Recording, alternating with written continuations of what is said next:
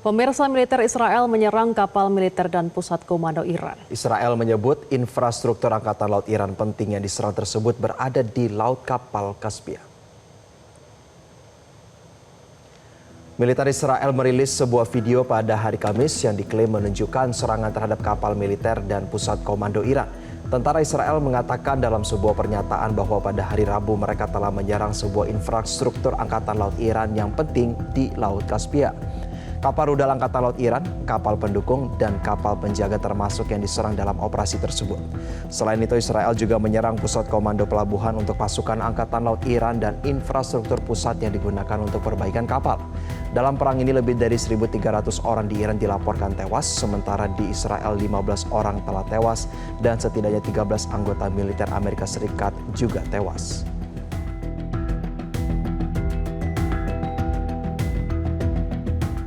Sebanyak 108 situs warisan budaya di Iran rusak akibat serangan Amerika Serikat Israel. Kementerian Warisan Budaya, Prawisata, dan Kerajinan Tangan Iran menyebutkan dari 108 situs warisan budaya yang rusak, 60 diantaranya berada di kota Teheran. Otoritas Iran menyebutkan hingga 17 Maret 2026, jumlah situs warisan budaya yang rusak akibat serangan AS dan Israel mencapai 108 unit. Jumlah kerusakan situs warisan budaya yang paling banyak terjadi di ibu kota Teheran, mencapai 60 situs. Sementara sisanya tersebar di 12 provinsi dan 17 kota, termasuk 6 distrik bersejarah. Dari jumlah tersebut terdapat 34 museum yang terkena dampaknya.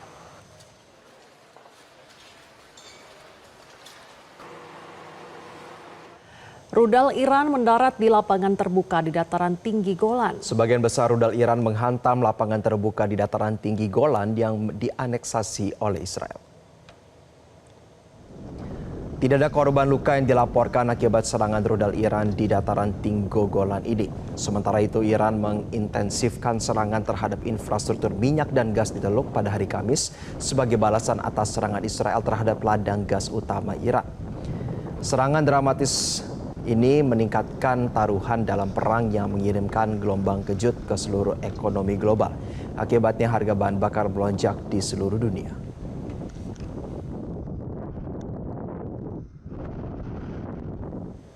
Pemirsa, warga Teheran bersiap menyambut hari Nowruz di tengah perang dengan Amerika Serikat dan Israel. Nowruz merupakan hari pertama pada bulan Dewan Maritim Baltik dan Internasional BIMCO, asosiasi pelayaran internasional terbesar di dunia, memperingatkan dampak buruk gangguan di Selat Hormuz terhadap ekonomi global. Meski demikian, BIMCO yakin industri pelayaran bisa beradaptasi dengan kondisi ini.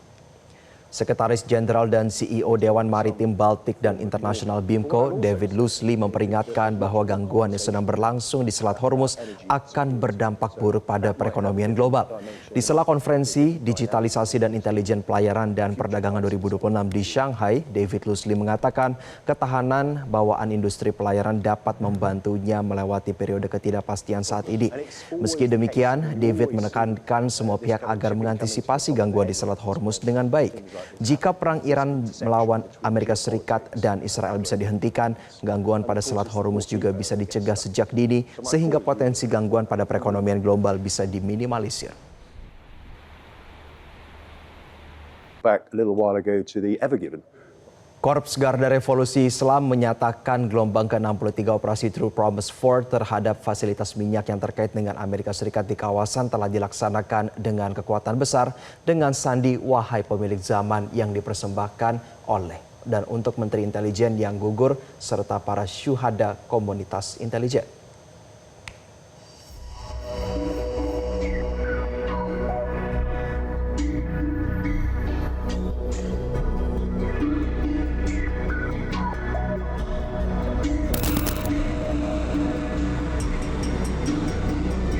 Dalam gelombang balasan terbaru, IRGC mengungkapkan telah membalas serangan AS Zionis yang menargetkan sejumlah fasilitas energi Republik Islam Iran. Republik Islam Iran sebelumnya tidak berniat memperluas balasan ke fasilitas minyak dan tidak ingin merugikan ekonomi negara sahabat dan tetangga. Namun, dengan adanya agresi terhadap infrastruktur energi, perlawanan kini memasuki tahap baru. kebutuhan untuk mempertahankan infrastruktur Iran memaksa dilakukannya serangan terhadap fasilitas energi yang terkait dengan Amerika Serikat dan para pemegang sahamnya. IRGC memperingatkan kepada agresor Amerika Zionis bahwa serangan terhadap infrastruktur energi Republik Islam adalah kesalahan besar. Jika diulangi, serangan balasan lanjutan terhadap infrastruktur energi AS Zionis tidak akan berhenti hingga kehancuran total dan respons Iran akan jauh lebih keras. Sementara itu, dalam gelombang ke-62 operasi True Promise 4, seluruh pangkalan Amerika di kawasan dan titik kumpul tentara Zionis dinyatakan telah dihancurkan. Gelombang balasan ke-62 diluncurkan dengan sandi Ya Ali bin Musa al-Rida yang dipersembahkan bagi para syuhada. Gelombang ini menargetkan seluruh pangkalan Amerika di kawasan serta titik kumpul personil militer dan pusat dukungan tempur Zionis menggunakan rudal Gadar multi hulu ledak, Kheibar Shekan, Hemat, dan Haji Qasem. Dalam gelombang ke-62, pusat-pusat di Akka, Haifa, Tel Aviv, dan Bir al-Sabi yang diduduki dihancurkan oleh rudal kuat setelah runtuhnya sistem pertahanan ultra canggih rezim Zionis dan Amerika tanpa sempat mengaktifkan sirene peringatan. Seluruh pangkalan Amerika di kawasan disebut telah dihancurkan untuk ketiga kalinya berturut-turut di Ali al-Salem, Victoria, Al-Harj, Al-Udaid, Al-Udairi, Al-Dafrah, Al-Azraq, Armada kelima, dan Arifjan menggunakan rudal multi hulu ledak dan drone presisi. Tim Liputan Metro TV. Pemirsa, seorang pejabat tinggi intelijen Amerika Serikat yang ditunjuk oleh Presiden Donald Trump, Joe Gant, resmi mengundurkan diri dari jabatannya pada Selasa 17 Maret 2026. Langkah mendadak ini diambil sebagai bentuk protes terhadap kebijakan pemerintah Trump mengenai perang dengan Iran.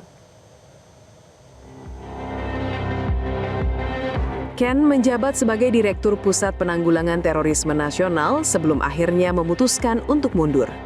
Melalui surat pengunduran diri yang diunggah di media sosial X, ia secara terbuka membantah alasan pemerintah dalam memulai konflik tersebut. Joe Ken menyatakan bahwa ia tidak dapat mendukung perang yang sedang berlangsung karena merasa nuraninya terganggu. Ia menegaskan bahwa ancaman dari Iran yang diklaim pemerintah AS sebenarnya tidak ada. Ia juga menuduh adanya upaya penyesatan informasi yang dilakukan oleh pejabat Israel dan media untuk menyeret AS ke dalam konflik. Ken membandingkan situasi ini dengan taktik yang digunakan saat memicu perang Irak di masa lalu. Sebelum menjabat, Ken merupakan veteran militer dengan 11 tur tempur dan mantan perwira CIA. Ia memiliki latar belakang pribadi yang tragis karena istrinya gugur dalam serangan bom bunuh diri di Suriah pada 2019. Presiden Donald Trump menanggapi pengunduran diri tersebut dengan menyebutnya sebagai hal yang baik. Trump justru mengejek Ken sebagai sosok yang lemah dalam urusan keamanan dan tidak cukup cerdas untuk memahami ancaman. Well, that proposition at the end is clearly wrong. I'm on the Gang of Eight. I got all the briefings. We all understood there was clearly an imminent threat, that Iran was very close to the enrichment of nuclear capability, and they were building missiles at a pace that no one in the region could keep up with. They were far outpacing our allies and friends and us in our defense capability because we had personnel, installations, members of the armed services, and civilians in the region. Jelajahi cara baru mendapatkan informasi. Download Metro TV Extend sekarang.